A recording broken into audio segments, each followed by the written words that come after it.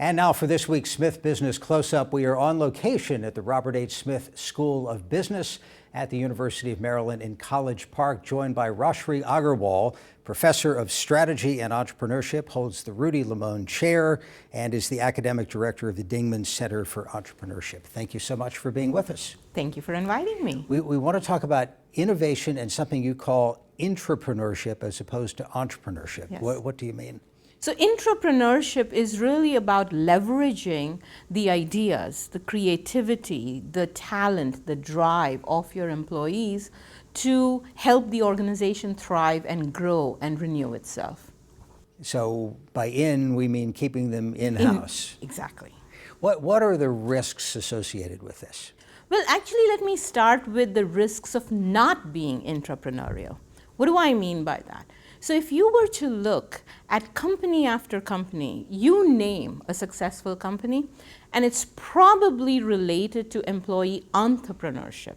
So for instance, if you think about Intel, one of the most successful names today, how did Intel come about? It came about because Gordon Moore and Robert Noyce left Fairchild Semiconductor, which itself was created as a spin-out from Shockley Semiconductor. And all of the reasons around this new Intel as a venture that's being created is precisely because Gordon Moore and Robert Noyce felt stifled, because they felt that their ideas were not being taken to market in Fairchild Semiconductor in a manner that they could themselves. So the biggest risk is your best and your most innovative talent. If you don't keep them actively engaged in your organization, they're going to leave. And guess what happens? They become your competitor who's going to eat your lunch. So the idea here is that Fairchild could have been more successful if Gordon Moore had stayed in the building. How do you make that happen without locking the door to his office and chaining him to the desk? A lot of things. In fact, very rarely do you find that employees come up with a new idea or an innovation and they say, I'm not going to share this with you. I'm going to take this and I'm going to walk out the door and I'm going to start a new company. Typically what happens is they come up with an idea. They're all excited about it. And in fact, they know that all of the things that they need, the complementary assets that they require for this idea to be taken to market actually belongs to you, the company that's owning it. So what they want to do is come, and in fact, typically they go to their manager and they say, hey, wouldn't it be cool if we were to do this? And companies often stifle that enthusiasm, that engagement. And they say, yeah, not quite ready for doing this. So as a result of that, they tend to feel frustrated, and that's when they leave.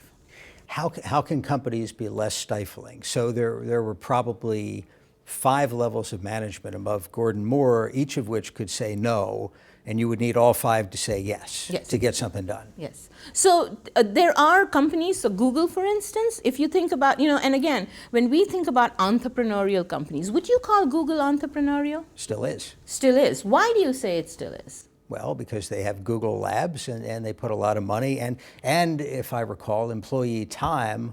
Am I in class here, by the way?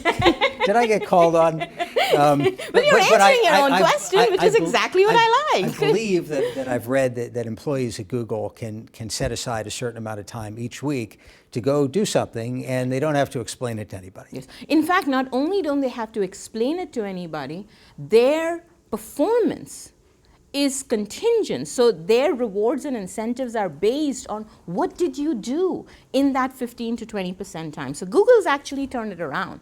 3M had this idea much before Google. And again, 3M is also a very innovative company for precisely this reason.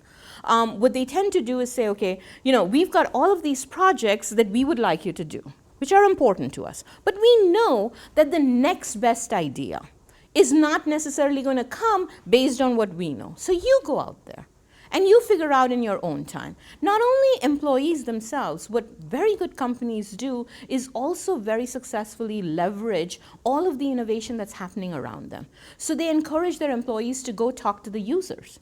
And then between the users of their main products and services and their employees, IBM, for instance, has created this 4 in a box. So the entire reason why IBM has turned itself around in the last 10 or 15 years is precisely exactly because it said we're going to create customized solutions for our customers. What does that mean? That means that we take our entire R&D personnel force, but we bring our R&D person with the marketing person with a customer.